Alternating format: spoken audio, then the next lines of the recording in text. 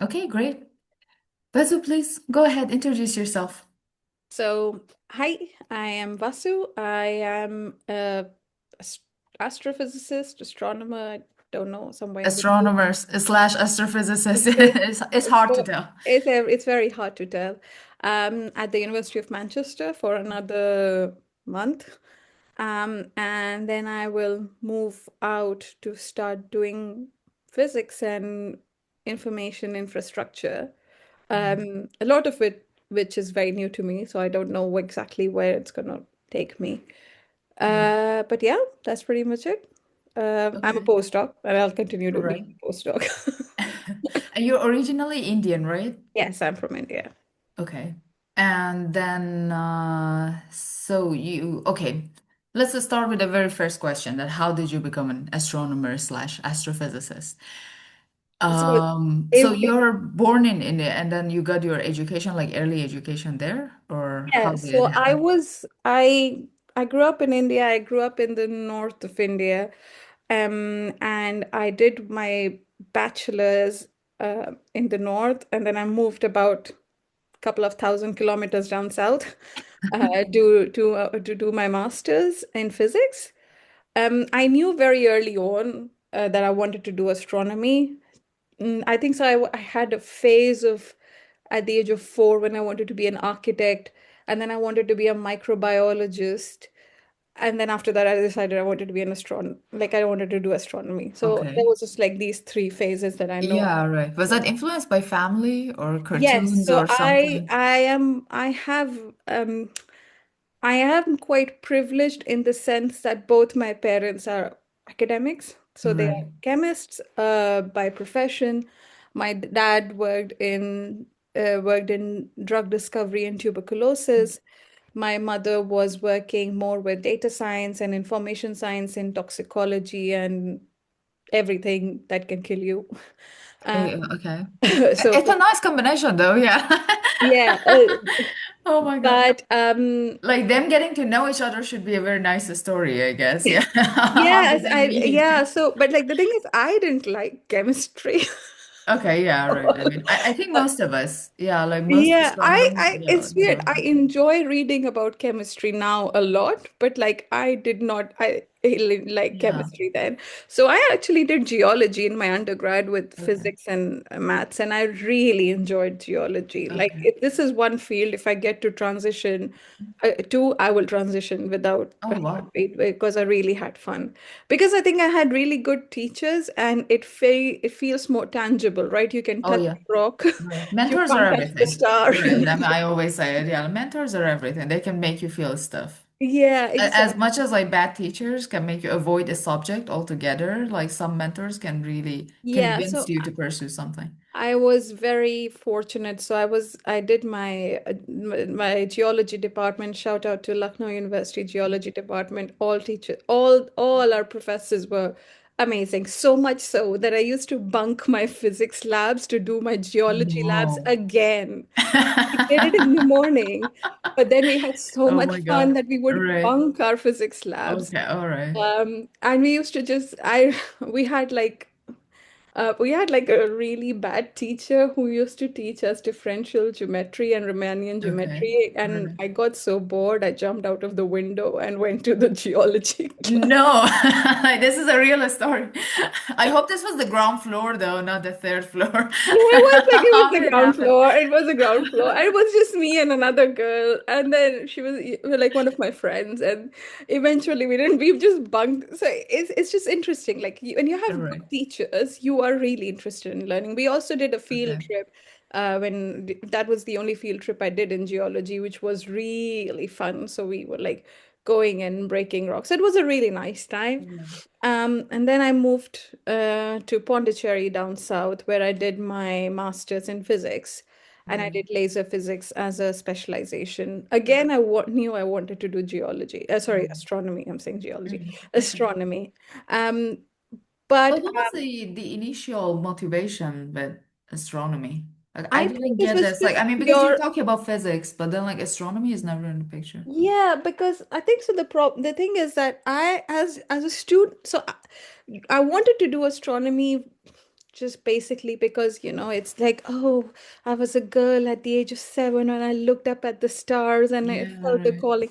It's Okay. the same, like, curiosity cliche. And my brain was also always quite wired differently in the sense, like, I used to just keep on asking, okay, what happens if this happens and if that happens?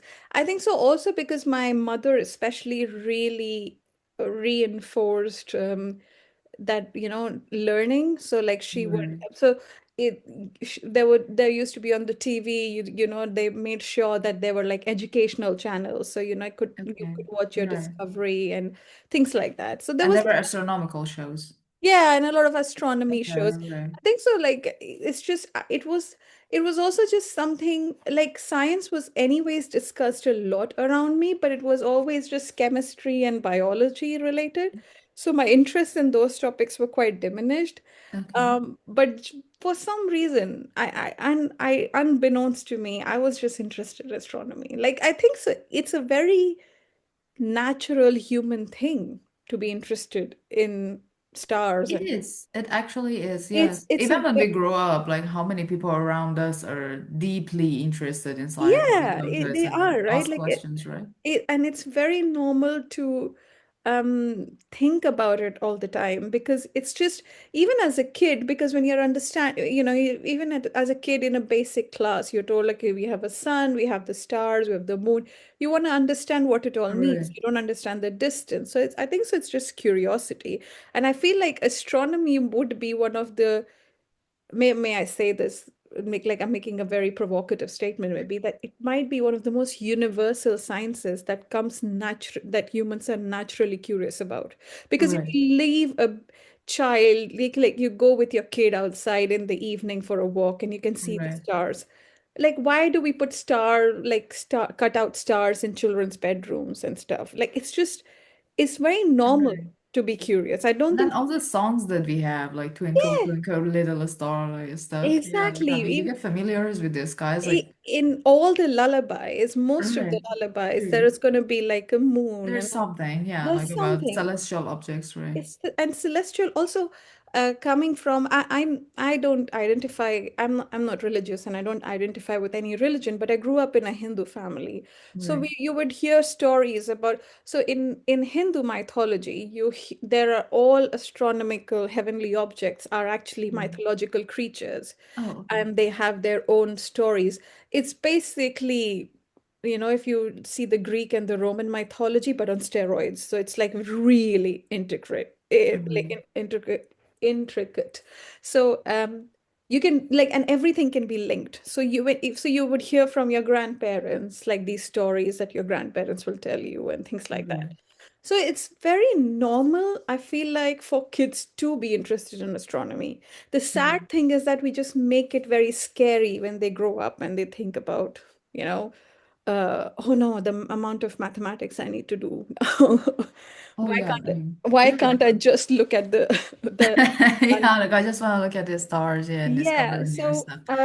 But I think it's a very big choice to pick this up as your career. I think like this is why like we start deviating into, let's say, sectors that there are people who are just interested in stuff and we're like yeah, interested in many stuff, like I yeah. mean altogether.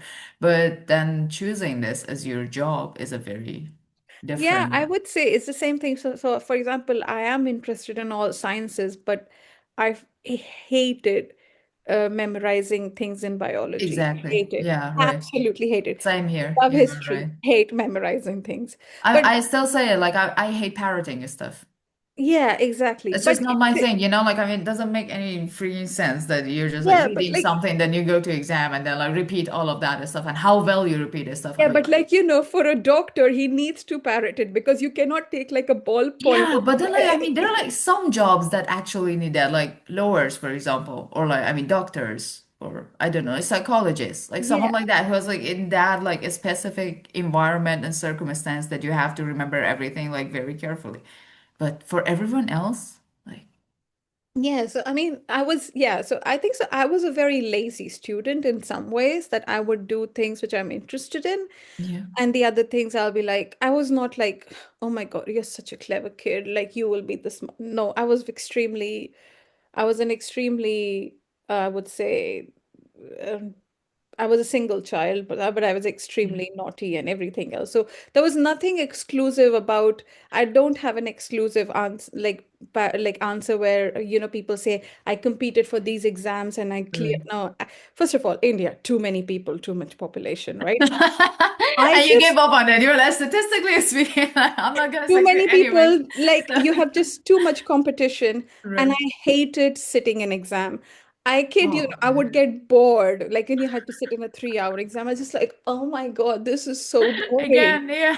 Right. So No, I like, know. Yeah. yeah, so this was so And I all the preparation too. I mean, for yeah, 2 years the exams, preparation. like you have to I prepare think for so a for year or something. sometimes I think so. So I really enjoyed mathematics a lot, right? Like I had fun. Mm. I was one of those people Right. who loved integration, differentiation, all Oh, that okay. stuff. Okay. So I cannot that was one thing where I really enjoyed because I didn't have to parrot anything. I just Right. had to get the You just have to feeling. solve the stuff. Yeah. Yeah, I just have to solve. You need to Yeah. understand the Oh, basics. But I absolutely hated sitting in exams. So I was never one of those, like I've met a lot of my fellow Indian colleagues over the time course of the my career, and some of them I was like, if I hear about their CV and I'm like, if I will never mention my parents that I met you because I am gonna get shamed to hell because like I don't have that. So I just, my I think so for me it was very to some ways I took the path of least resistance whilst okay. I was in India. Okay. Then when I was in Pondicherry, I finished my master's. I realized I wanted to move out of the Right. country because I Mm. just wanted to explore more. Right. And I found a master's program in Paris. Okay. It was in plasma physics Okay. because I had reached out to someone at the Observatory of Paris, Right. and then they suggested maybe you can do this, and then you can do a PhD with me. Um, and there was like they said that the course was generally taught in French, but we will offer English assistance and we'll help you, blah blah blah. So I was like, okay, I would get a scholarship. Okay. So that was the biggest incentive. Mhm. So of course I was very fortunate that my parents in the beginning could pay for the flight tickets and the initial Of course, cost. yes. But in some ways I didn't need to rely on them because the cost of it wasn't, well, this is now we're talking about 2016 summer. So this was about I would get about 1,000 euros a month, which Okay. somebody will say is not that much in Paris, but uh, But still for master scholarship, it's like that's a very completely, good, I it's mean, completely amount. fine. Yeah, I right. lived, I had the sweetest roommate. She was like, I think so she was like a 60-year-old woman. Oh, And oh my God. 60 year, and how old were you? I imagine like around I 20, was, 20 something, well, so 20, I was 23. 24, so Yeah, 24, right. 24 something. Yeah, right. So no, she was extremely sweet, and I had like a little bedroom and my own bathroom, and a little I could use her kitchen, and she was extremely sweet, and I Nice. really liked living with her. She was a French lady, and she could speak Yeah. English. And that's when I moved to Paris was my first time experiencing a very different culture. Of course, apart from a couple of professors, most of them refused to speak in English at Of all course, to yes. me. All right. So it used to happen that I would ask a question and they would reply back to me in French. I've And heard about this stuff, yes. yeah, and Okay. I think French so. stereotypes, yeah. Sometimes It surface, was yes. just, I had some people who were extremely supportive, and I'll be very grateful for some Right. of them. But like I remember breaking down in my class quite often. I was very fortunate that I made friends with a unique group of people. There was a Nepalese person, a Ukrainian person, and a French guy. And the four of us together. And I barely passed in this master's program. Okay. Um, because it was just like I didn't even know what was happening. The master's thesis was fine. Mhm. Um, but also the thing is that the standard at which you're expected is very different suddenly. Hmm. Which was in India, for example, like I had never done any programming before. So this was Right. like we Oh, true. I Right. had to do for the first time some programming. But also like the approach to education in India, whilst I was doing it, was very like, you have this course, you get this, you answer this XYZ, and Mm. that's it. A lot of, in some ways, there was because my master's in India, I did it at a good university. Um, and I did quite well. I mean, I was fine. I was above average, not the excellent, but above average. So I All was right. fine. So it was just interesting to see that but when I moved to Paris, I was like competing with students who were at École Polytechnique and all these places. Okay, yeah, So no, of course, suddenly yeah, I right. was shown my place True. and what I'm Right. expected of. So that was interesting and humbling and also very frustrating because, and I think so after my master's, I actually complained to the director of the master's saying, if you were this sure that you would not Mm. support any way in English, why did you Right. take me True. at all, Right. right? And I think so they This said, happens a lot. This is like very, very common in Southern European countries. I yeah, think I know. like But Italy, Spain, France. Yeah. but luckily they Similar actually stories. they what they did is they for the next year, I think so they translated all the notes to English. So all the notes Oh, were so it went through. yeah, Your yeah. complaint, yeah, They, like they had did some all impact. because she showed me that it was happening. Anyways, that was interesting. Right. And But then it's still like this was in plasma physics. this And was then in like there plasma was still physics no connection to with astronomy, my astrophysics. internship in actually in solar physics. So I did an Okay. internship in Oh, okay. Yeah, right. True. and then I ended up getting a PhD at Daisy Mhm. in Germany. So this is Deutsche Elektronensynchrotron. All right. And I started my PhD. That was not the first time. Now I'm getting into astrophysics. Mhm. And that was my first time where I actually started really doing astrophysics, which Okay. was working with galactic magnetic fields and Okay. ultra high energy cosmic ray Mhm. propagation. And my PhD was like I was in the theory group, so but I did use observation data, but definitely this was very theory driven. The So name of the university is very industrial, but they had an astrophysics astronomy department. which one? Sorry. Like the Daisy, No, like Daisy's not a university. it's an institute. It's a Helmholtz Institute, Oh, and they have okay. two Yeah, right. branches. Fine. So one Okay. is in actually in Hamburg, where you have a lot of particle physics experiments going Right. on. So they also collaborate with CERN and Yeah, everything. right. Of course. But a majority of the astronomy, so high energy astroparticle All physics, right. happens in Berlin, near Berlin. Well, I'm saying Berlin, it's a little village outside Berlin. Okay. Um, and so basically, we are doing astroparticle physics or like Right. high energy astroparticle physics. But yeah, they have a massive synchrotron. So this is why the main name goes with that. Okay. Um, and then I did my PhD, which also coincided with the pandemic. And that was definitely the bigger shift. That's when I actually started programming properly for the first time in Right. Python and things True. like that. Okay. And Um, what was the language that you were programming in? Was uh, it C or was it Python?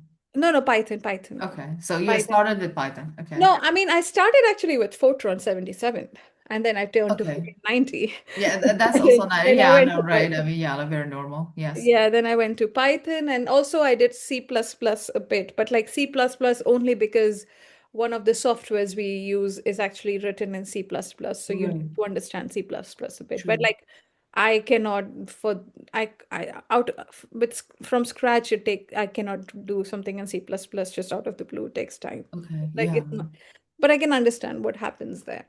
Um, and then once my PhD was finished, I was looking for a postdoc. And because I was doing astroparticle physics, but like the data that we were using was radio data, Mhm. um, I ended up finding a postdoc in radio astronomy. Right. And that's when I moved to Manchester to do a Right. postdoc in radio astronomy, which was uh, I was just surrounded by astronomers. So I felt like I started another PhD because the entire language shifted completely. True. Right. It's a very There were different. different fields. Uh, So you're one of these people who just hopped on so many fields. Like it I'm looks like, yeah, one like of you were these changing people. and shifting a lot, like at every Yeah, single I stage. basically. took what I've had. It's not because Right. it was, I mean, I always like to say, for me, this is not for other people, but like beggars can't be choosers. For some reason or the other, the timeline was such that there was either because I had limited exposure on the topic, Right. or just there were not any jobs, or whatever. Right, but then like I mean, it is also important to understand like what was the motivation or like where was the spark in all of this? Because you were moving a lot. Yeah, And then I've like you moved were a lot. also like looking for jobs. I mean, you wanted to explore, of course, like that was like one motivation as well. But that was only But while I was in my 20s, right? Like come my yeah, 30s, I'm like, I'm done. These bones have yeah. died out. Like My I am 30s. old and withered, and I wanna just it's really fun to switch countries. It gets very Right. difficult once you start, growing your frontal Actually, it's cortex. starting to have a life, I think. Yeah, exactly. And which Yeah. was in Berlin. So when I did my PhD, that's what I feel like I literally became my own I met my husband there, and not only that, but I Mm. met one of some of my closest friends there. Met a lot of Iranians there who are my Oh, closest okay. friends even now. I'm So like, sorry. no, they are lovely. They're lovely. Yeah, like, but Germany has a very big Iranian They community. I've have a heard of big it. Iranian Right, sure. community. Yeah, no, no, no. So, no, but also just like I think I'm very fortunate for the moves I did, because All I right. think I was a very like the person I was almost 10 years ago. I don't want to be friends with them. I Uh, feel like they were quite biased and prejudiced, and but yeah. also because they were that person was a symptom of the surroundings they grew up in. Of course, It's yes. only Right. when you move out and you talk to people from different countries and meet people from different cultures as Right. you realize, like, oh, like I think so. The first few times when I was talking to my Iranian friends, when we were just getting to know each other, we were just surprised with the amount of words we knew, which were just common because Oh yeah, of course. Yes. Right. I grew up in the part of India where we speak Urdu. Uh, Right.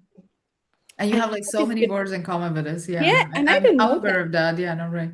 Yeah, and I just didn't know that because to know that I need to meet someone whose language, part of my language is being borrowed from, and I never met that person. So it's True. just very interesting. It's one of the best things about astronomy, I guess. Like we just go out and see the world and then see new people. And we have then if very you good think also. about it, yeah, and we live with these people. Yeah, it's very different from like watching a movie or like reading a book or something like that. These are like actual people that you interact with, make friends with, and they support your life. So, Yeah. I mean, it's I a mean, very I've different been experience. fortunate enough to have friends from so many places, and sadly, some of them it's just you lose contact, which is the downside Right. I of mean, astronomy. yeah. But a lot of them I'm still in contact with.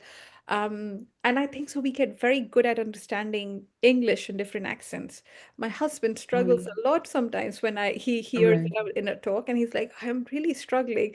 And it's True. like, yeah, you pick because you get used to listening different accents so much. Right. And now when I struggle understanding some person, if I meet they are from whatever country, I realize that okay, I haven't met someone from this place before, so my ears Right. are not trained. So I have to like maybe ask them to repeat a bit more just because True. I'm not getting, and then eventually you pick up. Right. So it's very interesting. Like when I moved to France, I just couldn't understand the French English accent in the Oh beginning. yeah, and that's the tough one. Yeah, that's very tough. Yeah, right. Yeah. So yeah, it's just always interesting. So we get very good with this, which is very exclusive to astronomy in some Right. ways. So, Um, did you have an anchor in astronomy that kept you in this field for so many years, or was it just no, just no? self-motivation. No, I Okay. don't have any um anchor per se. Like, I mean, I don't know well, I was the anchor in that way because I wanted to Okay. do it. I Right. was like, I enjoy doing it. It's fun. Um, and it's still fun. But I think so when I was doing my PhD, especially because of the pandemic, I had a very tunnel vision of just finishing my PhD. Right. It's only once I finished my PhD, and I just asked the computing department, like, what was or how much resources did I used, and I realized that I used enough computing resources which could, like the CO2 emissions would be similar to 60 to 80 transatlantic flights, Mm. like full flights, right? So it's like a lot. Right. And I was like one person and I used 25% of the resources and things like that. And then I just started like questioning things like, okay, how could I had done better? Or like, what is Right. and that's, so this thinking started from that time when I started questioning, like, okay, because I got really depressed after I submitted my thesis. I was Oh. extremely depressed. I just didn't know. And then I looked it up, and apparently it's a very common phenomena that happens Right, it is. among. It is. It actually Um, is. Yeah, like so yeah, many people, including me, yeah, like we all had that phase, yeah. yeah, I I mean, I don't want to say this, but it's like giving birth, like after that, like you're going to have like a post Yeah, like I giving mean, birth yeah, depression. it was just weird because like I felt extremely hollow, and I was Right, like, because the problem is one thing, the issue was I always knew I will do a PhD. right, And that was because everyone around me was a PhD. My mom was a PhD, my dad right. was a True. PhD. Um, So or that was naturally your it future. was No, you natural, could and see also yourself my there. all the family friends my parents had, they all had PhDs. At least one of Right, them had PhD. So it was just the natural progression of things. It's like, right. if you're a doctor and you're a doctor, then you become a doctor, like that kind Yeah, of thing. true. No. And it wasn't like they forced me to get into a certain field. I'm like, if I would have done archaeology, I would have still done a PhD. Like True. in my head, that is the No, if it runs in the level of family, education. friends, yeah, like you're the average of the five people who are It's, closest to I you, think so. right? It's So, just that, no, I think so. It's just that for me, it was just normal to do the maximum education you can do. okay. Yeah, that's how I thought. Like, oh well, you do your bachelor's, you do your master's, and you do your Right. PhD. No, but I think parents are very important. I mean, I struggle, for example, a lot with pursuing a PhD because my parents didn't have it and Yeah, they no, didn't that's understand the definitely. value of it. And they were Oh like, yeah, okay, yeah. so I mean, why? But then if your parents have that, then like they're like, why Oh, not you? I was definitely very privileged there because as you know, India in a lot of ways is a very conservative society for Right. women, even now. I never had an issue where my parents, well, they lucked out that I said that I don't want to do arts. I'm sure if I would have said I want to do graphic designing, they would be like, oh. Okay, yeah. So they lucked That's a out that I no-go. Yeah, wanted like, to do. that one don't do. Yeah, yeah, yeah. Or I wanted to be an actor, like that. Yeah, all Like right. things like Okay. that. Because also they grew up in a time where they were said that if you do X, Y, Z, you will get a government job and you'll be sorted. All right. That's True. the mentality they grew up with, which was quite justified for them. All right. But they knew that I wanted to do physics. Mhm. And I think so, even in the phases where I was used to think what I want to do as a kid, when we would talk about it, it was always science based. So it All was right. always something scientific. So they didn't have to, I suppose, of course, if because they were academics, that affects. But like that was also just a natural thing for me to be All right. inclined towards as a kid. True. But I know I have a lot of female friends whose parents were not very supportive of them doing PhD because All they right. just thought they're wasting time. True. No. Or why aren't they getting a job? Or like, why aren't they getting Especially a PhD married? in astronomy. I mean, that's not an attractive choice in so many countries. Especially if you Yeah, want to return, like, I I mean, mean, I know what do you end how up? astronomy is looked in Italy for. Right. Yeah, True. so it's like why aren't they finding other jobs? Why aren't they getting married, or like, which would have been Right. extreme case. So I True. was I was already in the strata of the society where marriage and things like that were never discussed Okay. for me. So I'm definitely very privileged, Right. and I'm also definitely an outlier. And for sure, that has a massive influence Of on course. how my career, because they Right. were also quite okay with me just leaving the country Right. and living in so many Yeah. different Right. countries on my own. True.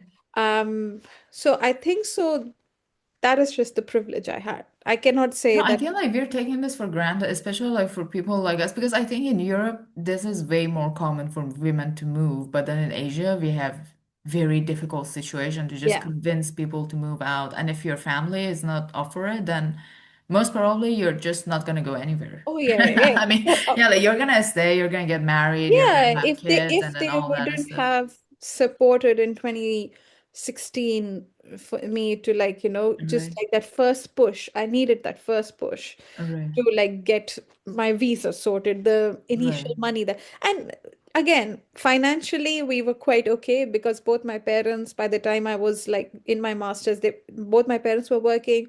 They had good scientific jobs, so they had a right, very stable income, and I was the only kid, so there was no additional right. expenses.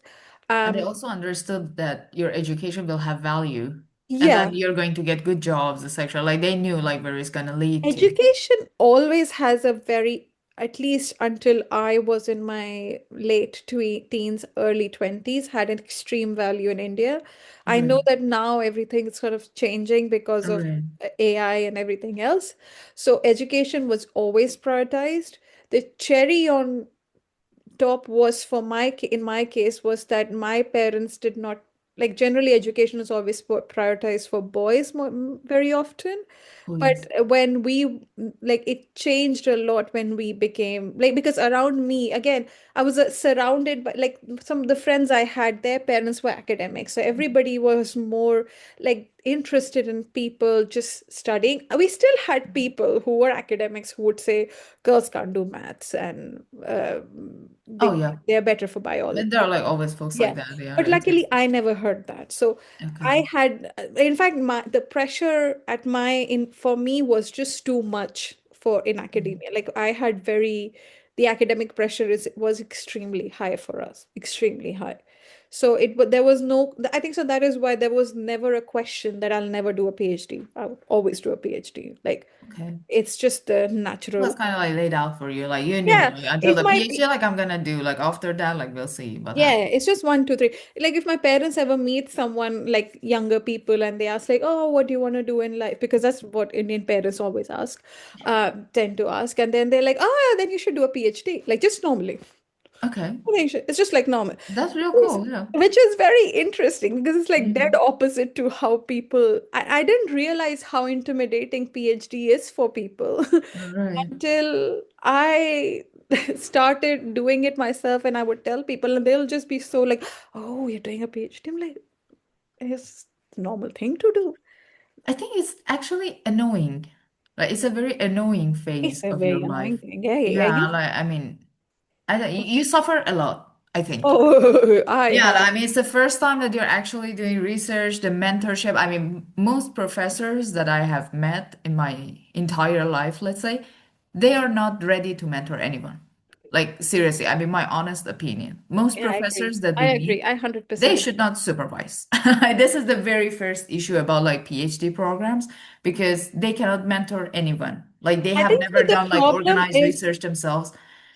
because I think so the problem is that they're also not, they forget that people are not, the students that start are not at their caliber. You have to talk to, you have to change your form and understanding of, like, you're talking to someone who has to develop that caliber, Right. but they are not True. at that caliber. So if you just say, okay, just do this, this, and this, and just do this and plot this, and then the person is like, Yeah, right. you don't even know how you are going to store the two-dimensional data in an array Of course. properly, Yes, right. right? Yeah, Like, I mean, some people don't know how to open a terminal. Like, I mean, I have like I heard like stories like that as well. I don't know, like even running a Jupyter notebook, like stuff like that. I mean, you start your PhD like that.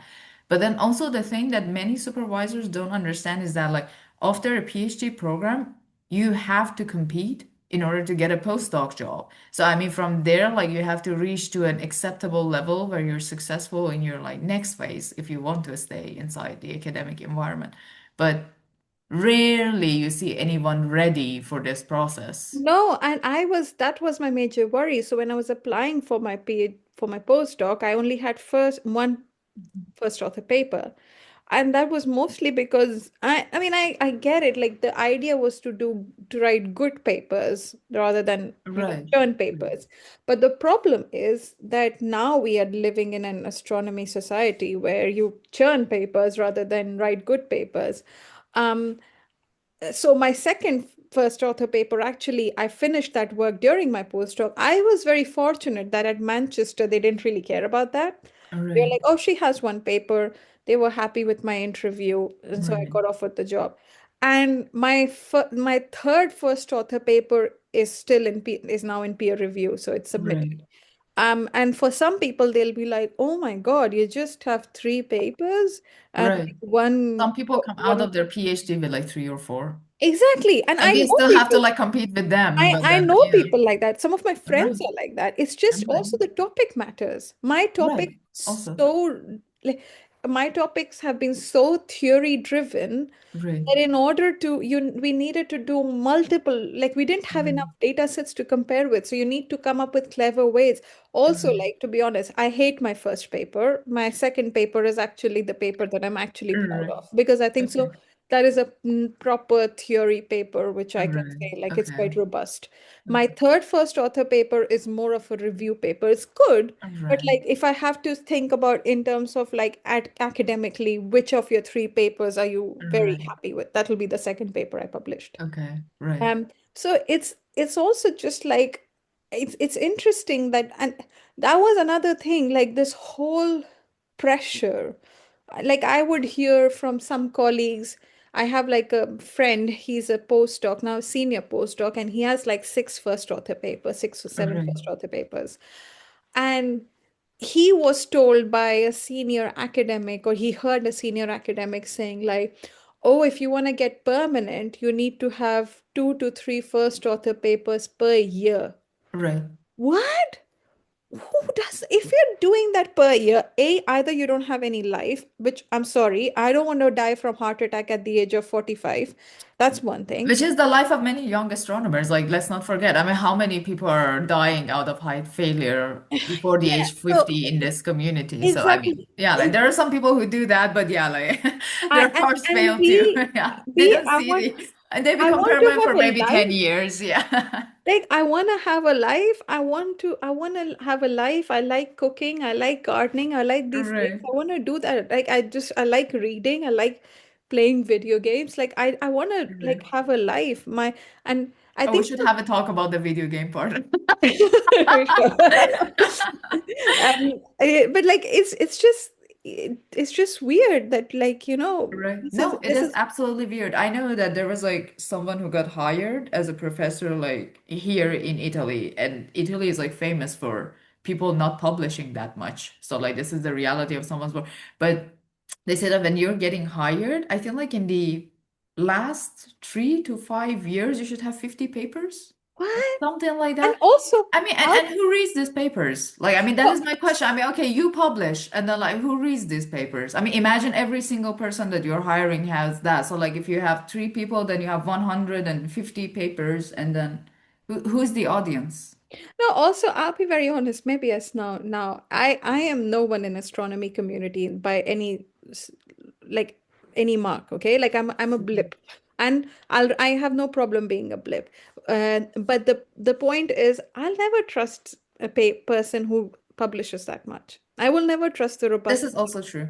Yeah, I mean, Just this is a because, very good not point. because I am a very great scientist. No, it's just because you need No, to be because very like, the meticulous. process, is salami slicing. Yeah, you need to be very meticulous. Yeah, I mean, it should be like one paper, but you're publishing it as three. So yeah, exactly. You this need to is the be process. very, and it's just like, I think so. And I know that multiple fields have this issue. It's not just astronomy. You have problems in biology, you have problems in chemistry, and a lot of other fields. The thing with astronomy is, because again, it goes back to what we were discussing before you started recording. Because, and now everybody will hear this, it's not high impact science in the local Right. future. Right, true. Unless there's like technological advancement, like you improve like a technology for telescopes which can be used, sadly, But maybe that in is this. not intentional, Yeah, yeah. still. Because Right. anyways, most of that technology ends up going into defense, which is another Right. True. can of worms. But like, um astronomers can get away a bit with bad. bad science, Right. because you're not going to kill someone from a drug overdose. True. Whereas in Right. chemistry or biology, if you are sub-publishing a lot of bullshit, you will get caught out relatively soon because it can be True. very dangerous, Right. especially if it's in drug discovery, Right. especially if it is in something in, I don't know, cancer research and you're trying to do Right. trials. And if you're supported by a certain pharma company, everybody will be dubious because they'll be like, why is this XYZ pharma company, you know, Right. supporting, funding this paper? Like, what Right. is the T? Is it True. really reliable? Right. Because that's just more stakes involved. It's the same with climate science, that now in climate science research people are getting more serious and they're more worried about like rubbish Right. papers because there is more impact like we are No, seeing. in a sense, astronomy is the counterpart of art. You can have like Yeah, as many artistic pieces as you want, and then no yeah. one can criticize any of that because, yeah, like, I mean, you're just publishing something, right? So, Yeah, like, it's who the are you same hurting? way. I mean, it's the same way when people come after alternative beginning of universe theories. Like common It's people will, not harmful, right?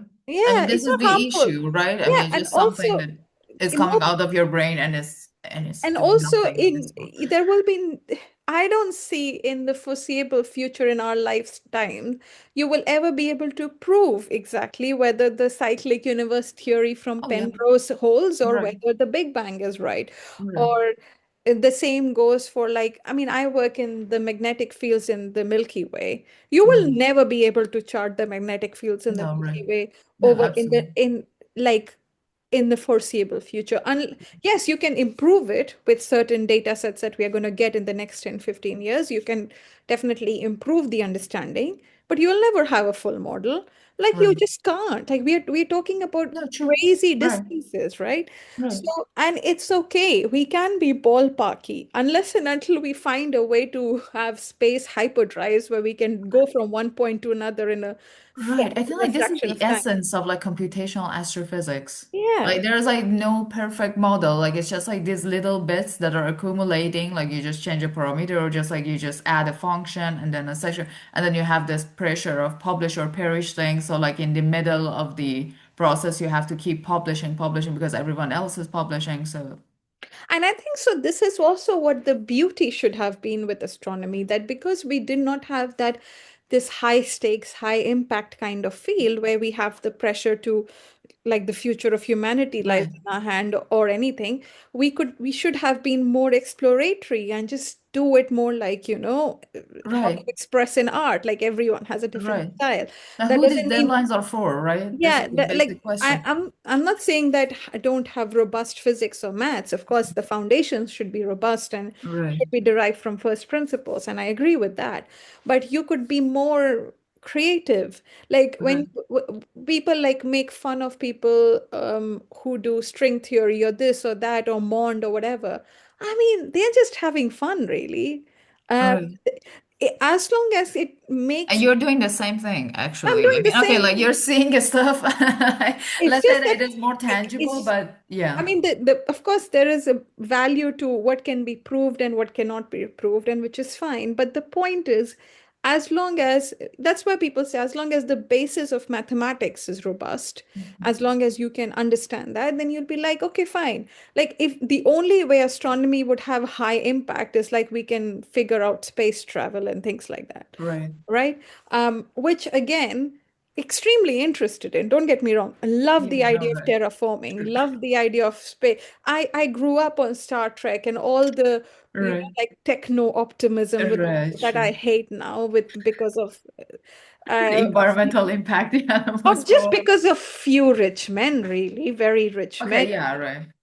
That yeah, like that, of course, yes, yes. It's Again. that reason. Yeah. But like, I know as which a one is sadder. I mean, as a scientist, as a physicist, as a astronomer, astrophysicist, call me whatever you want. I don't really care. I would love the idea of space travel. That's Right. amazing. Like, I thrive on science fiction. Love the idea of Foundation and Dune and whatever. But the point is, that is still fantasy, and so is space drive. And there are some people who will work on that research, and that's important. But I don't think so. I am the person who Right. can do that. So I will Mm. try to redirect my energy somewhere else and keep reading my fantasy books and Right. live in that. Right? True. Like, so it's, I think so it's just understand. Also, just like recently, I've gotten interested a lot in oncology and different kinds of cancers for some reason. That's my new fascination. So I end up reading about that a lot, Right. or dementia, or I start like I read about different plants a lot. I read an amazing book about plants, and I'm a vegan, but I was like, oh my God, after reading that book, I was like, now I can't even eat plants. What the fuck? How can I do this? You're Sorry about so the in love with language. plants now. You No, know, but you like it can was hurt them either. it was amazing. That was one of the best books I read this year. And I was like, so realized I don't have to be a single dimensional interested person in the sense I can have Right. different interests. But to be a successful astronomer, I think that's a necessity. Yeah, but like also like what Right. does success mean? I mean, what do you You mean? shouldn't have any hobbies. I think you're Yeah, expected to but be like working all the time. yeah, yeah, exactly. But like what this that's my point. Like what success means to you or to me or to another person who's probably a Right. professor or like the head of some collaboration in astronomy. It might I have heard people saying, "Oh, I used to work on my holidays." Okay, great, very good. Now you are 45 and or 50 and now you've wasted if you had kids or a partner, you have wasted all the time. You don't know how long you're going to live. Like Right. for me, as there's like I read the biography. I also I think so. The reason I realized this is also because I read a lot about different physicists and astronomers and astrophysicists and their life about their life. And for me, if I'm correct, I am quite sure that if I'm not wrong, his kids didn't like him at all when he was dying. That's a common thing. When Yeah, he was among dying, astronomers, astrophysicists. Yeah, oh, their but kids he absolutely hate them. apparently when he was on his deathbed in the hospital, he was trying to estimate the time of his death. That is the Mm. saddest thing that a person can, and you can put the person in any kind of neurodivergence blocks. Probably they were neurodivergent. That's different. But the Right. point is that how like if like how this if I am in that situation, all I Right. would be want would be to be around my husband and my bazillion dogs and friends and things like that, Right. right? It's the same thing with other like famous physicists and astrophysicists, apart from the fact that a lot of 20th century ones were very weird characters.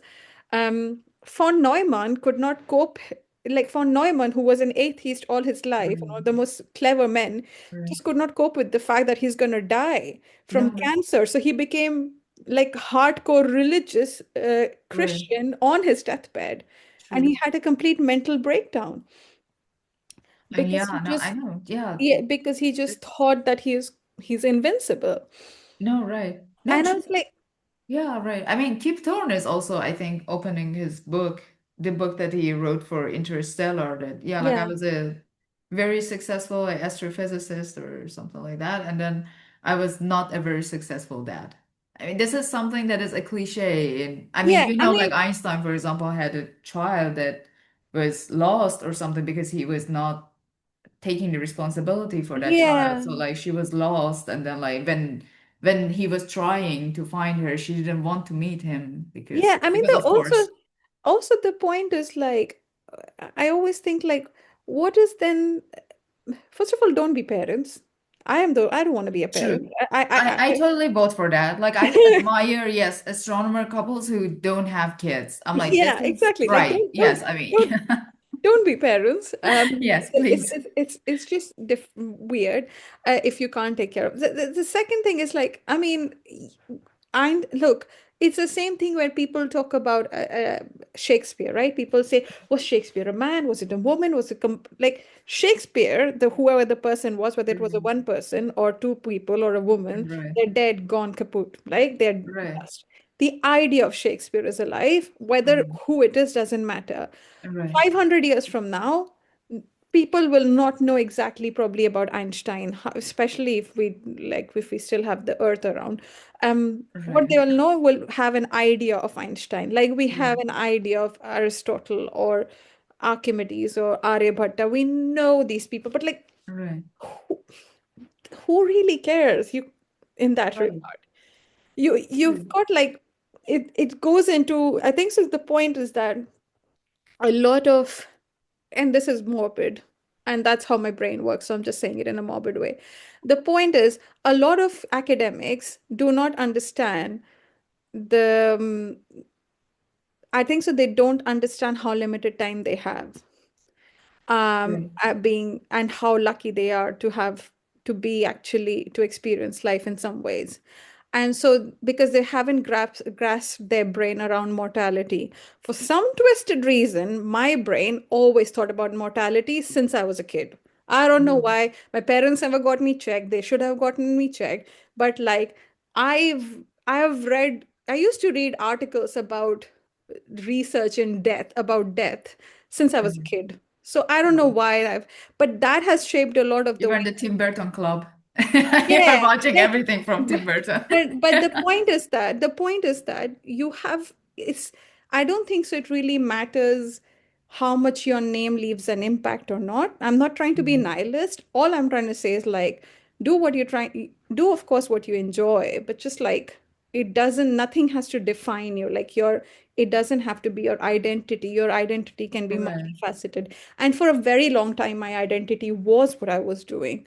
Whereas I True. would like to True. just be, yeah, I do physics, but I also, I'm a great cook. I love cooking, and Right. I'm a very good gardener. I like gardening. So I can be multiple people, and that's completely fine. No, right. I So think like I mean fields like this that you have to work a lot, like this actually hovers around this concept that you don't have a life or you don't enjoy that type of life. yeah. Which is something, for example, that I mean, like not to advocate for the other side, but because I totally agree with everything that you said. And I think this is something very important for people who are not in this career to just see like what's going on in the ordinary day of an astronomer, like how does it happen, and then how your life is impacted by your job, and then like your job becomes your identity, etc. But at the same time, like I would say, like I'm on the other end of the spectrum. I cannot sit at a table where people are talking about traveling, family issues, food, or I don't know, like any ordinary type of thing that like But I don't what know, do like you that's mean? like Okay, so enjoyable so for okay. people. So So yeah, like what, I mean there's like I feel like this difference, this you don't like annoying food? difference. You don't like, No, you no, don't like food? no. You Like are this Iranian. You I know, it's you crazy, yeah, right? you guys invented ice cream. I know, but anyways, yeah, like I mean, I seriously like don't like to talk about it. I don't like to But prepare for it. I don't enjoy okay, like eating it also. And then like also like I mean from very beginning, I never wanted to have my own family. I didn't want to like have like I don't know kids or something hmm. like from the Well, age like I'm 18, like, high 19. I five. knew this. I So knew it since I was a kid. I didn't want kids. yeah, right. So yeah, like I mean, all these discussions, I mean, it resonates, I mean, on the other side with But me. what I'm do you like, yeah, mean like by I always wanted traveling? to, But what do you mean by traveling? So, for example, there's one thing, like if somebody is telling you about a cultural experience they had, like let's say they, or like what they learned about some other yeah, culture, is right. that the part boring, or do you find like, oh yeah, I saw like the Leaning Tower of Pisa and I saw the Berlin Wall? Is that part boring? Like, what part is boring? Because if I somebody mean, tells, life experiences, I think, is always exciting. I mean, if you okay, go somewhere, learn something, then yeah. that is like very exciting. If you're having an actual conversation about the topic, or Yeah. not like, yeah, like I went there, I saw this statue, and this was like that style, and then like that architecture, and then like, I mean, babbling about the history of that place that I can find on Google, then yeah, like, I mean, that is like hella boring. So I don't want to talk about that. And I think like 95% of people just talk about that. Okay, but what if you somebody, if they were telling you about like an interaction of where they learned something about the culture, or That they, is very extremely low in my experience. Like people usually don't learn anything by traveling. They just go to see what is there. yeah. So I think so it also depends on there's one thing which I can say about myself. I'm very good at observing different people Right. around me. Okay. So But you have like critical thinking and everything because you were like trained as an astronomer. So I mean, like I know overthinking, I think is a thing in this field. I could be, but like you could be right about that. But I think so. My husband, who's doing who did archaeology, he's also like we both will observe things differently around us in a different way. But it's very interesting when he like, but he has But his also like because he's married you, then I feel like there should be a lot of common ground in there. Like I we mean, yeah, like both archaeology, but then yeah, like most yeah. probably like I he was an mean. intelligent one.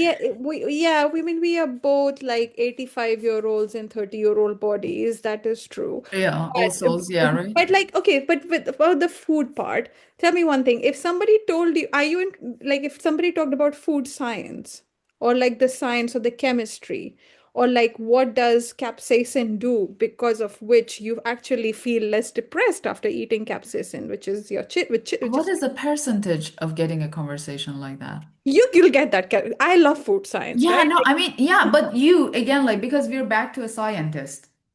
Maybe, okay, that's the point. So If when you go I to the talk about ordinary food, life, like I mean, for example, like if I go to my family that are like most people, yeah, like I mean, they don't care about like education or whatever, or like whatever degree that they have is behind them.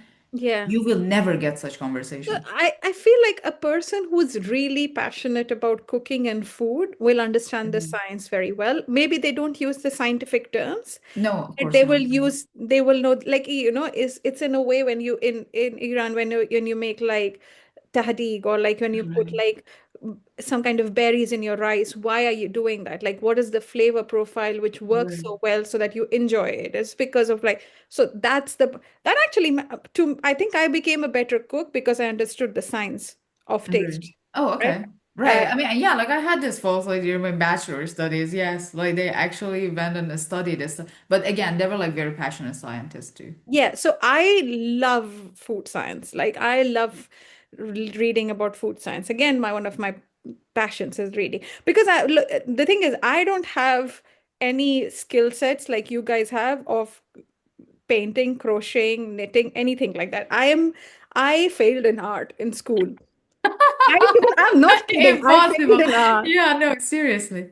I think so. I was really rubbish. In fact, my mother-in-law is an excellent artist, and Right. she said that maybe I asked her if we can learn to paint together because I Right. want to pick up a new skill. Right. Okay. And I think I will never be able to knit or crochet. It's just too repetitive.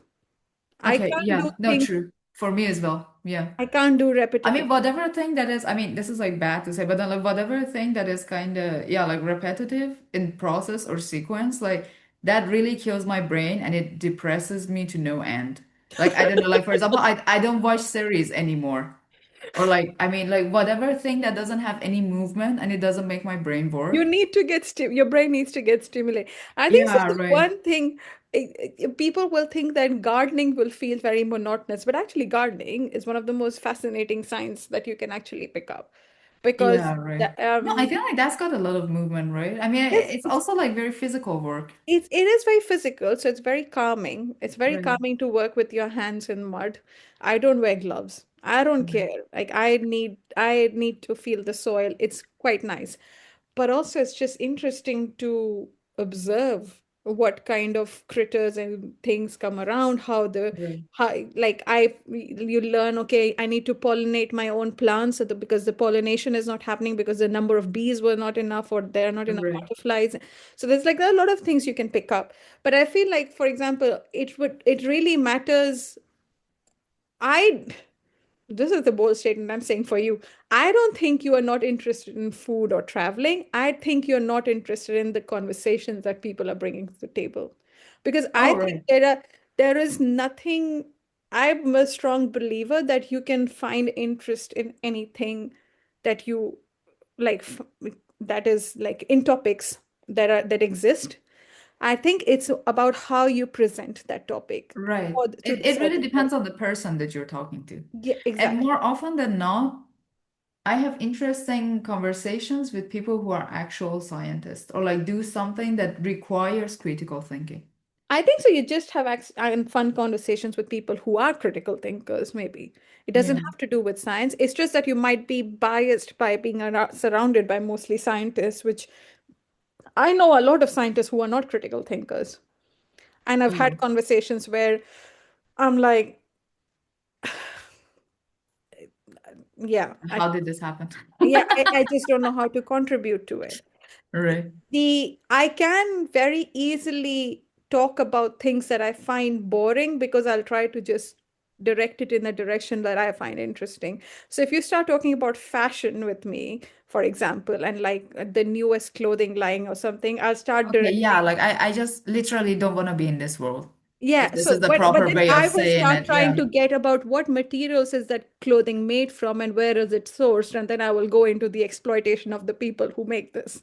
So right, true, yeah, so no, right, I'll just try to direct in that. However, it could be that you're talking about some local craftsmanship, like something which is made locally. Like right, India has a lot of good handiwork, and you might right, be just talking about how people make this and how we can support that community. So I can go in that direction.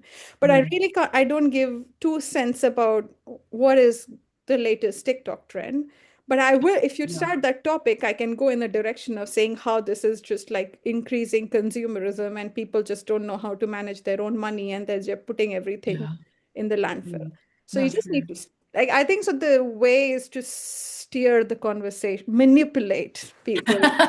Yeah, let's manipulate the conversation. But this, I think, is like giving a very good context to the second question, that how do you feel as an astronomer on daily basis? Especially like I challenge people with coming up with from 1 to 5 words. I mean, if you have more, then you can use like even more words. But I mean, usually I like feel that is very handicapped in some okay. because I feel like there's a plethora of things I would love to learn and do. Right, But I feel like, as I said, we went before, I do not think I sh I think I can use my skill set in a much more useful territory. And I think so after joining Astronomers for Planet Earth and meeting such like-minded people, and also last year I was fortunate enough to actually organize a talk in my at the at a department where we got a science communicator. He does a lot of YouTube videos on climate science. So he's one of the right, famous climate science communicators and right, he's based in Britain. His name is Simon Clark. So he very kindly came to University of Manchester and gave a talk and things like that. So I was quite involved in getting people like him around. I just like I just started realizing also when I talk to peers around me, like people know about climate science, ish like and they know about the climate crisis but they don't take it that seriously. It makes you very frustrated. You feel like right, but then you're like it's just like I'm working on a project which is based on machine learning. Now right, you can say, oh, like that's going to have a massive environmental impact for XYZ reasons. But I'm also interested in the science. So, but I know that I can pull out something useful from it. But where is the right. balance? I True. have used ChatGPT. It's not like I'm not going to say I've not. I've Yeah, used it sometimes for things where I have to search, like especially in programming, if I just did not know oh yeah, of course, yeah. how to It's make great for problem solving, yes. it's great for programming, right? I'm not going to ask ChatGPT how to write an email or to do Oh critical yeah. thinking for me, Okay, yeah. but I have used it and I know that there is an impact of it. But the because again, if I don't, otherwise it will take me an entire day to figure out how to do that bit of programming, which can be done in Right, 1.5 hours or something like that. So I feel like it's, yeah, I feel handicapped in the sense I just don't know how I can use my skills in a way that I feel satisfied and also enjoy what I'm doing. But I also stopped enjoying what I'm doing because of this reason, because all I see is like, this is the latest astronomy observatory we want to build, and this is the latest this we want to do, and we should travel here, never we should ending, do this. right. A I'm not never saying you ending should, process. Yeah, like just yeah, getting I'm like not saying more you ambitious, shouldn't. ambitious, ambitious, and then it's a lot about like going from attention to attention, attention. Yeah, like I Yeah, mean, it's it's also just like you I mean, should. always like appearing on press. Like I mean, like discoveries are all about like, oh, how much press does this get? How much attention are we getting? How It's much also like like you hits? feel like door-to-door salesman.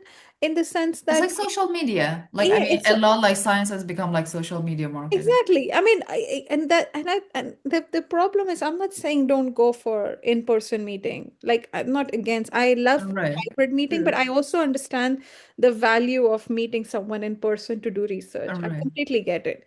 But where is the upper line? People are, I have no people who have taken 6 to 7 flights in a single summer or in single like year sometimes where Right. the just and then I'm like, but like what are we doing? What are we achieving out of this?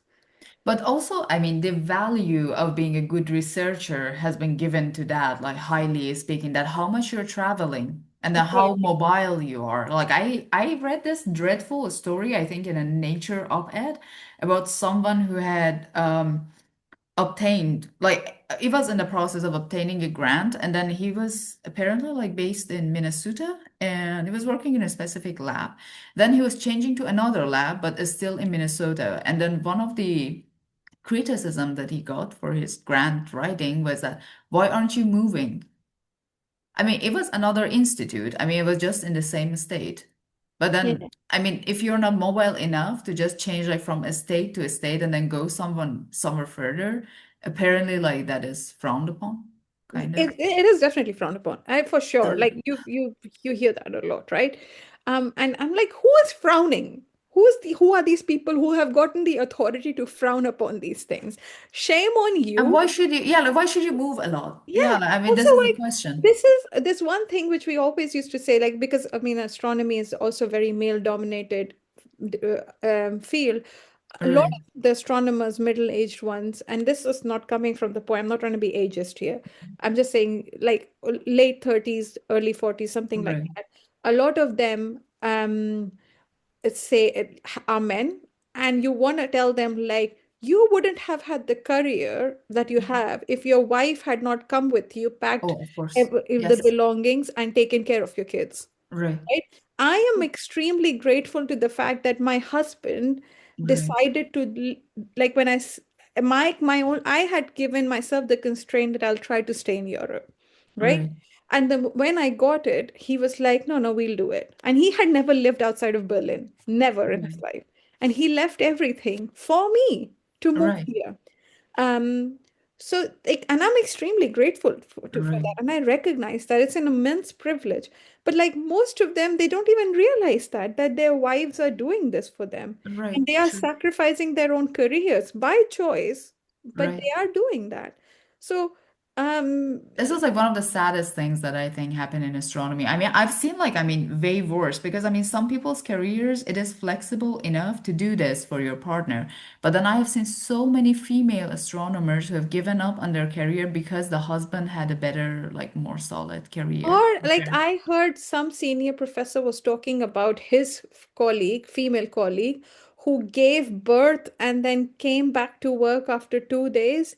Or one astronomer, one colleague I had who had mentioned, and he mentioned it very proudly, which made me extremely angry and sad, where he just said that, oh, my wife went in labor, but I told her to not give birth yet because I had to give a talk at this place. So they try to delay the labor.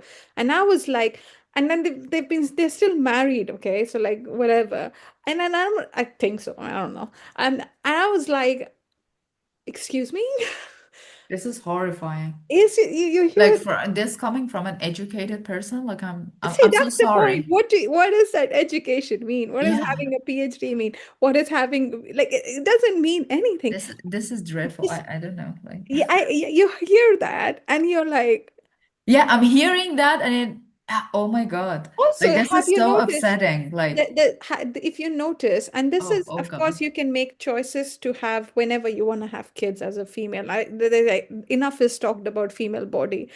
But a majority of academics, female academics who want to Right, continue their career in astronomy and like become permanent or are permanent, tend to have kids very, very late in life. So they true. are already 37, 38, 39. And thanks to science and medicine, it is fine. They can have older kids, but Right, it does complicate. They do go through true. more complications. Right, They do go through more difficulties in their pregnancies right. just because. well, your body, you are at the tail end of your Right. fertility. True. Yeah, you can have also kids at the age of 50, but that Mm. doesn't mean that it's good for your body after some Right. point, right? Like, so women suffer extensively. Uh, Right. No, I mean, women have to sacrifice a lot of things in this field just to survive, like not to become like hugely I mean, it's not successful. even astronomy. I think so it's by far in research. It's research It's in research general. because It's academic you life, you but you especially our field. Like our field is very demanding, like on a very different level, I think. I mean, yeah, but like also lab work, right? If you're working in a lab and you have to stand in Right. a lab, you can't have your baby in one hand and then Mhm. work on a deadly Right. bacteria with the other hand. So it's a very Or the kid can develop some like antibacterial that is um but required for working in that but like environment because he didn't have any other choice, right? like it is a very yeah, it's a No, very the way that I mean, research and academics are treating women like as researchers or as wives or as mothers or like whatever, it's just terrible. yeah, yeah. So I think so that's like a major, I mean, issue in academia in some sense. But like, but other than that, I think so. Just so a lot of these factors resulted in me just losing some sort of interest Oh in yeah. because I was like Because this everything. is not just a job. I mean, firstly, like it's a career, and then like secondly, like it's gonna become your life. Yeah, and I always just felt it felt very corporate because when you hear talks, it's all about it a lot of the talks are very, like flashy in the way that they're trying to sell you something. Not that It's they're advertisement. I mean, mostly like conferences are just, I don't know, ad market. You just like yeah. go from like one advertisement to another advertisement. Yeah, so it felt very yeah, it just didn't the vibe was just not Mhm. vibing with me. And if I want to do it just for fun and I enjoy doing it, I can just then work on my own with my colleagues that I've worked with who will be willing to work with me and see how that goes. Yeah, no, this is the point that I was working for a company like for 3 years, like very recently. And then people were like, oh, yeah, like you have kind of like entered the sales domain. And I was like, for me, like I don't see that much difference because I was always doing business and research. And then a lot of research is about business, like how you're selling your ideas, how you're selling your profile, because Mm. you're always getting a new job.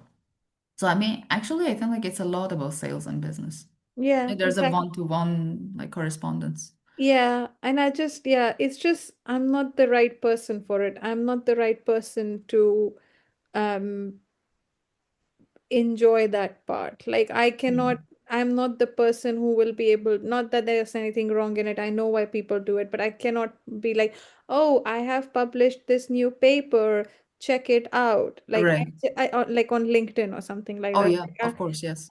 If I have to do it for some job, which is where I feel like there is like an impact, like, hey, this is the latest paper we pulled out Right. in gene editing, whatever. Right. I don't know. That's something else. But Right. like it's just so I think so I had just mostly had like a more of a personal crisis in deciding Oh yeah, where I of wanted course, to yes. I mean, I get it. discovered all this stuff at the end of my PhD and it made me really depressed because I was like, okay, like God knows that most of this is not science. And then like it's about a lot of other things. And I was like, okay, like this was not how science was supposed to be. Like let's say culturally speaking, But I I had think a so that's lot of because problems with it. we put science on a pedestal. We always are taught the wrong way. We put science in the very weird pedestal. We like, oh my God, these are like righteous people who like bettered the society, blah blah blah. We put them But in also like it's about like being actually curious. no, being But like actually I mean curious like is these days okay, like I but mean we when do you have the time to actually be no, but super there's also curious? a lot of idol worship and hero worship in Oh academia, yeah. Oh, right? of course. We put Yes. people on pedestal. We idealize people in a way that is problematic True. in some ways. And I think that also goes with science. We also like put a lot of virtue, right? Like we say, if somebody has a PhD or is a scientist, they must be very knowledgeable and blah, blah, blah. If somebody doesn't have a PhD Oh yeah. but then you're like, You're viewed as something else if you're a yeah, doctor. and also they could have far much more critical thinking than I. To be honest, Right. like in a lot of ways, I have met a lot of people who have either done bachelor's or maybe bachelor's, master's, who Right. are way more clever than I am. I, for one, am rubbish at mental maths. Rubbish now, right? Really bad. But like, it's just there are certain things they're far more clever than I am. I know I'm a better Yeah, I have problem. seen those exceptions as well. Right. Yeah, I'm a better problem solver. Like I'm Right. very street smart. I can solve a problem very easy. Like I can't. That's because that's why my brain is trained to find Right. creative solutions, right? True. So I can find creative solutions to normal everyday problem also, which I will see Right. other people will probably not. But that is where my training comes in. But that's just one aspect. Doesn't mean that other people don't have. This is also like, for example, people. I have met academics who sort of frown upon people who in some ways that they are like lesser than them because they are Oh, doing yes. I mean, the XYZ. hierarchy in academia is just, yeah, Exactly, and that's is, just disgusting. That's just like very that's just that just gives me the ick. or uh, maybe because like they have gone through so much to just stay there. I yeah. don't know, like get there and stay there. I I think for it's a lot of sacrifice, especially for younger professors. I mean, they have really, I mean, most of the people that I know, like, I mean, not in all environments, let's say, but in some environments, yes, like this is absolutely true. That, I like, I mean mean, you have to sacrifice a lot in your life, and like then, yeah, like you have to give a lot, especially for women. I mean, women have to sacrifice so much. let's like look at this way, right? Like this is also breaking, like when you see a homeless person on the street, Right. you will automatically assume that they are not at all that educated, they don't know much about. We where I By live, default, I think. by no, Yeah, but it's right. very If but normal. if you're not familiar with that type of Yeah, let's no, say like lifestyle, right? but that is a problem, and that's a bias that you tend to have because I had the fortune of finally living in a country where I could speak the language very easily. So I've interacted Right. with a lot of homeless people here, not True. Of just course, that you're at right. all. One of them, he is extremely sweet, and we talk to him time to time. He has his dog, and he stays with his dog, and we get treats or something for them. And we just asked like, oh, what do you do like to do? And it's like, oh, I love reading, so I just read a lot of books, like whichever books I can find. Some people give me, I can get them secondhand. And he is very well read. He Right. probably has read more about history and other topics than I have. The point Right. is this snobbishness that comes with having a PhD or being in academia. It's just disgusting. And the snobbery and the Yeah. classism is just we're just creating this us versus them divide. And this is why there are people who don't listen to scientists in some ways now. Right. Just a second. So Okay. yeah, no, so that's what I mean. I just meant like this, yeah, this is why because of academia's history with snobbery and highbrow and high classism, we Mhm. struggle now to get science across people.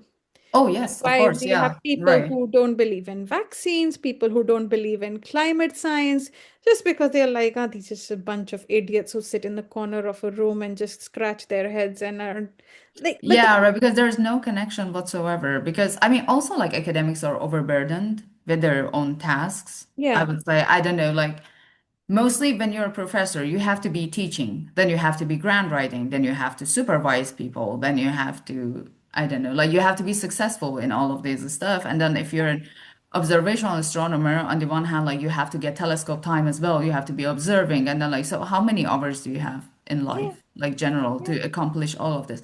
So this is a overburdening, but then underpaid type of career, which is like could be like quite frustrating for people. yeah, yeah. So I feel like I think so. We do a good job. We're trying to do a good job with A4E where we are trying to get, and I'm very curious where we get in the next 10 years. Right, And how we can hopefully sustain ourselves, which is the biggest thing for the next 10 years. In some ways, if right, we can break through, then there can be a real world,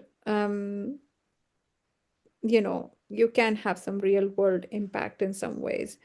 Um, but yeah, so it's not like I'm leaving astronomy completely. I mean, I'm going to be associated with no, it right. and I'm going to do it as a hobby, but I think I need to put my time somewhere where I can, where my ego is satisfied. So going back to the vocabulary set activity, so if we want to go with like 3 to 5 words, like you said, handicapped, Yeah.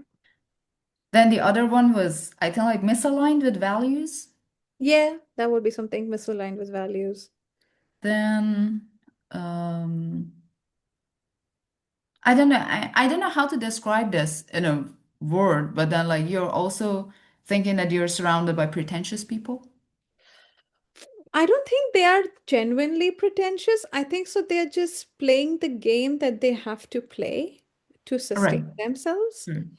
I just don't think I am the person who is the right. It doesn't make me any righteous, by the way. It No, just of course, means that yes. I mean, but I don't have the skill sets. And I think if those skill sets can be used in some other way, this pretentious skill sets, whichever whatever you require to look, if you can use in a way, like if you can use it differently, mhm. um, maybe you have more, maybe you can, yeah, maybe there is a way to use it where it doesn't feel pretentious, but actually has, because sometimes inflating the truth and exaggerating can get the point across. So Oh, of course, yes. if True. I can inflate something and exaggerate, but like then make people buy less plastic.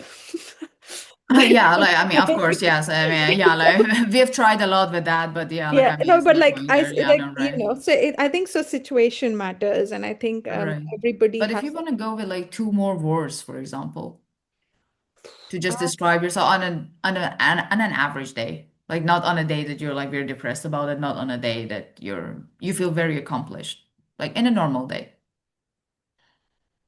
um, on an average day, as I said, like mostly, I don't have very. So you're talking from my professional, from a professional I standpoint. mean, like, how do you feel about being an astronomer? Mm, First of all, I don't even know if I'm an astronomer. I don't know what I am. Oh, you never identified with it. Because I don't know who puts me in what community. I'm just here to ride the wave. Right. Like, call me whatever you want. I Okay. do theory and I have done some astronomy. Have I done enough astronomy to be an astronomer or enough theory to be a I don't know. This is just this Open is questions, yeah, yeah, for the this future. is just people having some obsession with semantics and putting themselves into Right. tribes. I'm just a physicist or I'm just an academic. So let's just be stick with that and or a researcher. I don't really care what anybody calls me. Um I suppose yeah, so like being feeling handicapped or helpless. There's also frustration, a lot of frustration, which is like, sadly, I'm giving you a lot of negative emotions, but like because I felt a lot of negative emotions, not because of the work No, environment. but I think it's natural. Yeah, like on this Yeah. platform, like I at least want a lot of honesty. Yeah, like Yeah. I So don't like want to it's like a lot advertise of it.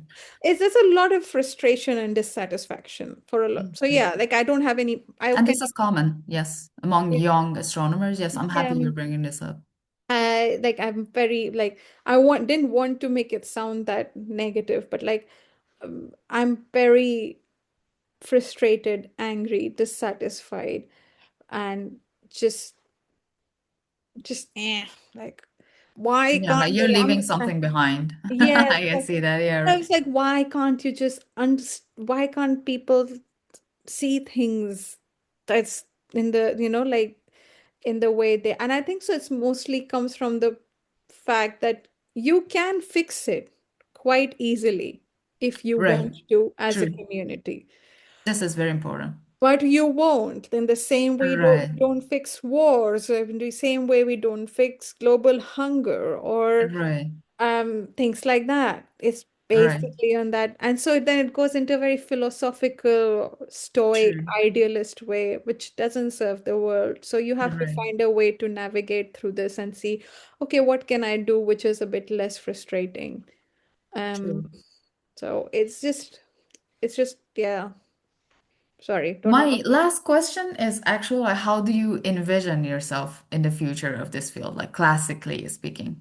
But I mean, I still want to ask you this question. I mean, let's go with the hypothetical route that you were actually continuing. Let's say that you were having like a second postdoc after Yeah. this one.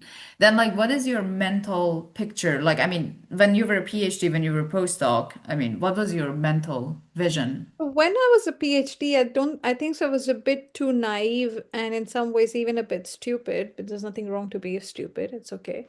But that I thought that like you end up getting a job, permanent. You become like you do Right, PhD, do a couple of postdocs, you get a job. right, But then I was also thinking, like, do I want to write pointless, not pointless, again, I have to be careful with my words, pointless in my respect. But like, I want to, I don't have a problem writing grants. I need to see right, what I'm writing grants for. If right, I'm writing grants for something, again, like maybe to some people, somebody who's listening to me will say, why didn't you study a more useful subject then? Well, because then I was still interested in physics. So if right, I was writing a grant for cancer research, that's fun, that's different. But if I am writing a grant to not tell, I'm not talking about telescope time, but like writing a grant to do a very niche thing and like we wrote a grant together actually here, and the grant total is for 800,000 pounds roughly, right.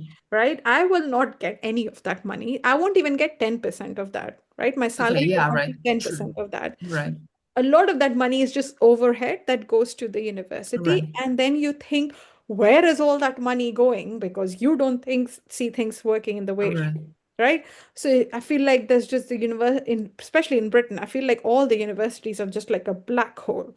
Well, the right, money goes, whether you go to the Oxbridge or whether you go to any big universities, where is that money going? They don't have university canteens to afford to provide oh yeah. affordable No, food of to their course. students. Nothing Right. like that. Where the hell is that money going then? We're talking about something on the order of 600,000 pounds or something, even if you ignore all the FTE positions that are, if you remove all Right. that out. So, yeah, so the point was, I know that I wouldn't have continued for long because Right. nobody would keep me. No, Nobody and would I think hire me. like I mean you have like a huge value misalignment problem. Yeah, I because think this is the big issue that I'm seeing in this like entire interview that like how the system works is not the I mean it's not really what you want to see in this yeah, job. and also like And I then you don't know. want to contribute to that as well. And I think so also I would, if I would have stayed, I would stay till the point where I can impact the system. Right. So I want to be either, but I know that I wouldn't get a chance to reach there because I will never fit in into the 7 to 8 papers per postdoc kind of a person. So nobody would hire me to be a Right. permanent job staff, Right. right?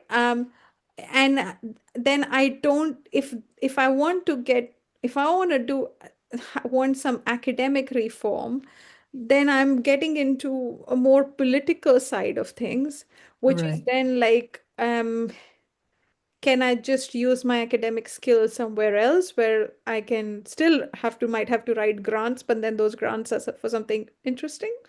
Like I Hmm. applied for jobs where I applied for multiple kinds of jobs. And one of the most interesting ones that I had applied for was to work for the Berlin Natural History Museum, Right. and work with different kinds of data sets of different Hmm. biodiversity data sets and work in biodiversity. Fun. Will Right. love writing a grant for that. Right. True. Um, uh, and then I can do research as well. And Right. maybe still be in some way do advocacy in some capacity, but then I want to do climate advocacy rather than trying to fix Right. academia. I think so. I have very talented colleagues and peers who can do that. I Right. don't have to take up the mantle for everything. I know where my No, of skills course. Right. are. Right. True. So I know that my career in astronomy, astrophysics, whatever you call it, uh, would have been very short-lived in terms of I don't think anybody would hire me because also people hire people who they know, right? Oh, We of know how course. hiring Yes. works. That's a huge factor. Yes. We know how hiring works, and I have a geographic constraint. I don't want to go to Australia or US now for obvious reasons or Canada or blah blah Right. blah. True. I want to stay in Europe for family reasons, personal reasons. Right. So I know they wouldn't hire me. Like Okay. because there will be just someone else who's doing things. So That's also an interesting perspective. Yeah, right. I mean, but this is like very true. Yeah. People hire who they know. people hire who they know because that's whereas the problem is money is limited, not only because of some kind of inbreeding nepotism thing. That's not what I'm saying. It's because money is limited. You don't want to risk on somebody who you don't know enough and lose. And like there have been cases and where I have been the first hand witness where you hire permanent staff thinking they're going to change things, but they were absolutely the like one of the most abusive bosses that could have been Totally. hired. Yes. um, and so people become wary and they want to hire people they know, so you need to do a lot of networking and you need to Of do course. Yes. it's, Right. No, I know. Like, I mean, there are like I mean, gazillions of problems you in this were, field. Whatever. yeah, so it's, but like, if I can ask you, so what, if I can, if I could just reverse the table and I would have asked you the same thing, what do you think? Because you are in now, you're doing actively astronomy, right? Right. So what do you think? Like, how do you feel? Do you see yourself to be able to establish, like, go ahead with it long term? I'm not saying there's nothing like an end goal, like, oh, now Okay. I'm a professor, now it's fine. No, I just mean long term, next four Mm. to five years, let's say. I mean, like, my vision for this field is that as long as I'm in it, I want to be proud of my career. Right? Right. That is the thing. Like, if I'm leaving this, like, I want to leave as if I had a very good chapter behind Yeah. me. So I Yeah. feel like this is why like I have poured myself into this field because I'm like, okay, even if I'm not going to be in this in like 2 or 3 years, what Hmm. I had was wonderful. Yeah. And then like Exactly. I'm It's, opening a new like chapter. I mean, if I have to go somewhere else, and then I'm always like looking forward to new adventures. yeah.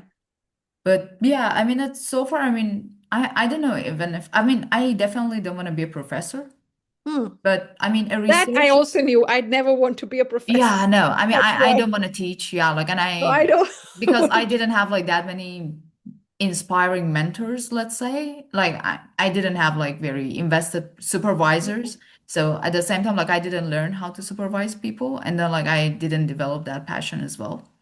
I think so. Also, it's just it's a very big responsibility. Also, true. And I Just saw like so many people failing at it. So I was like, okay, if I'm gonna be like another failure, then I mean, yeah, like why even trying? it's one thing to work with one PhD student, it's another thing to teach a class of 50 people the basics of. And also, like, I mean, you will have plenty of them. I mean, you will have Yeah. plenty of master and PhD students. I mean, it's never ending. Like every year, like there's gonna be like a lot of them. Yeah. Then, but I think if I'm gonna be anything, it's going to be a project manager or scientific project manager, something Hmm. like that. Like I'm very like much aspiring to go in that direction. So Yeah. like not that much academic at the end of the Hmm. day as well. So academic adjacent, but not exactly academic. Yeah, right. I mean, Yeah. like definitely not a professor. Yeah. I mean that is something that I never wanted to be, and I don't see myself in that space too. Yeah. I have no attachment or interest in having that title at all. Right. Uh, Like uh, I mean, okay. I mean, it's like for people who love classroom. I mean, me, like, I mean, I love it when I'm a student, but not when I'm a teacher. yeah, no. It's the same. I don't have any interest. I would rather just be a researcher for the Right. whatever career I take up in. So my next position is a postdoc, but like um it is still research. It's a postdoc in information science or whatever you want to call it, but like it's still a research position, so you still do research, Right. True. which is the No, right. fun part. I Of think course. I Yeah, just no, want to right. do research wherever No, I right. can do it. True. And I I feel like we're like much bigger than our careers. Like someone who said, oh yeah, like I mean people who quit the field are like failures. I mean, firstly, like I mean you can hire less than 10% of the people who have a PhD around the globe. So I mean literally like having an academic job is an alternative. also I'll just say something very explosive. Sorry, I interrupted you, No, but no, don't worry. I think we just have too many PhDs. We need to Oh lower yeah, the amount of right. I PhDs. mean every cycle I think like you should get like maximum 3 to 5 people, Yeah. not like 15. Yeah, exactly. It's just we are doing a disservice to these students Right. because there True. are no enough jobs. Like when we Right. talk at lunch over here sometimes, and they like they're new PhD students, I kind of feel bad when they ask me things like, because I'm like, look, I'll be very blunt. Right. There should not be so many of you. So No, you right. will have True. to compete a lot. So be ready. I know it's stressful, but start Right. thinking about this from now on because they hire PhDs like they are buying, I don't know, bunches of grapes. Like they hire Right. PhDs in a True. bunch. Like I don't think like there's any like thought process behind it rather than just and investing it's just university get money in damaging something to giving because them. for people, it's just like, oh, I'm getting a working hand who's going to work on my project and do Right. the research. But like, no, there is not enough jobs for them. And now Right. with this AI nonsense, in some ways, Right. the number of jobs is reduced. I have seen for in firsthand, I kid you not, how bad the job market was this time. Right. It True. was I mean, the horrible. past 2 years, I've heard it was a nightmare. Yes. It was horrible. I applied for 60 plus jobs or something like that, and Right. each job was tailored, and I was still in academic adjacent jobs, and they wanted multi-stage interviews. In Right. academia, you're doing True. multi-stage interviews now, Right. right? It's the same thing which used to do in corporate is now being done in Right. academia. It's just it's really bleak out there. Right. It's No, it is. It it's actually is. I think so. It's just a disservice to students to Right. by giving them the hope and dreams of being a researcher and then, yeah, just crushing it. Yeah. And then So, like put them in this like I don't rat race to like fight for their lives. Yeah.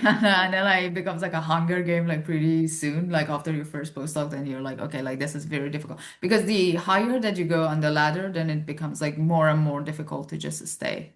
Because you exactly. cannot stay forever, right? And I I mean, mean, it's been designed like that, so you cannot I've stay forever. already started hearing academics were talking about how in 10 years' time you're going to have massive reductions even in postdocs and PhDs All because right. AI True. can do things.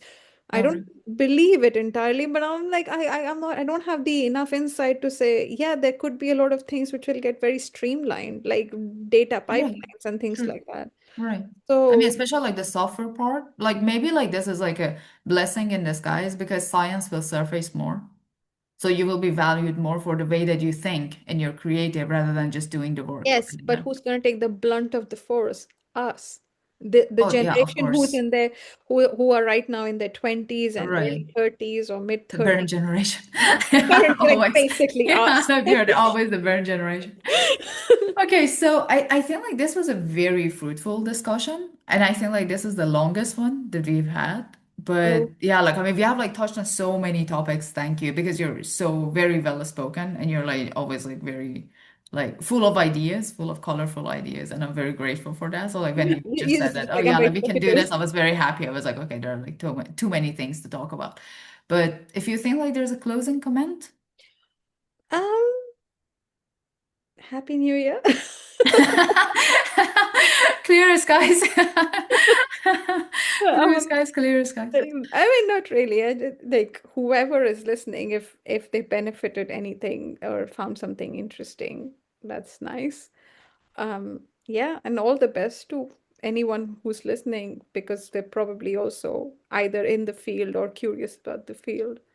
No, right. I feel like this is like great guideline because it shouldn't always be like, oh yeah, like it was always worth it, or like, yeah, like I mean everything will be fine, or we're all aspiring to become something bigger, or like we're all in it, etc. Like it's always good to see the other side as I well. And mean, then I'm I not think gonna give you a sugar-coated answer of everything is gonna be fine because I don't know if it will be. It's not the kind of world we live in, so it's very no, right. But yeah, like at the same time, in most of the interviews that we had, it was just very like the connotation was very positive. I think like this was the first one that was actually like coming from I'm someone so who's like sorry. in the middle and then like transitioning and then having very like I can say one thing straightforward positive. opinions, let's I say, like can very give honest ones. one positive thing. One thing that really helps is perseverance in some ways. I will not say that perseverance is always very good for your mental health, but Right. I did not touch upon a lot of issues that I had gone through in my academic career in Europe, Right. just because I don't want to talk about it on an Okay. open platform. But yeah, you grow a thick skin and you learn to grow a thick skin. Is this good? I don't know, but say lovey. Right. And so you have, yeah. So yeah, it's nice to know that I have brought the mood of Manchester to your talk, which is like gloomy and No, but I feel like this is like one of the first things that I discovered during my PhD. It was like the first year that I discovered that, oh, there were like two PhD students who had like very big problems with their supervisor, who happened to be unfortunately for my first supervisor as well when I moved in here. And apparently like there were a lot of problems in their research group. And I mean, this was like one of the first things that I remember that I said, like, because there was a guy who was like very shy in our group, and I said, oh yeah, like I thought like for doing science, not everyone has to be a warrior. And then I figured out that, oh no, if you're staying in this field, you have to be a warrior because there's going to be a lot of mental pressure and there's going to be a lot of fights. And then, yeah, yeah. you have to be a warrior to become an astronomer, an actual astronomer, yes. Yeah, no, that's true. Yeah. So, yeah, like, thank you so much for your time. I mean, this was wonderful. Yeah. I Um, mean, I really do appreciate it for you to stay this long. Yeah. Thank no, you. it's okay. I just have to pack my house. Yeah, like good luck with moving. Yeah. Yeah, so if you stop recording, I can say something.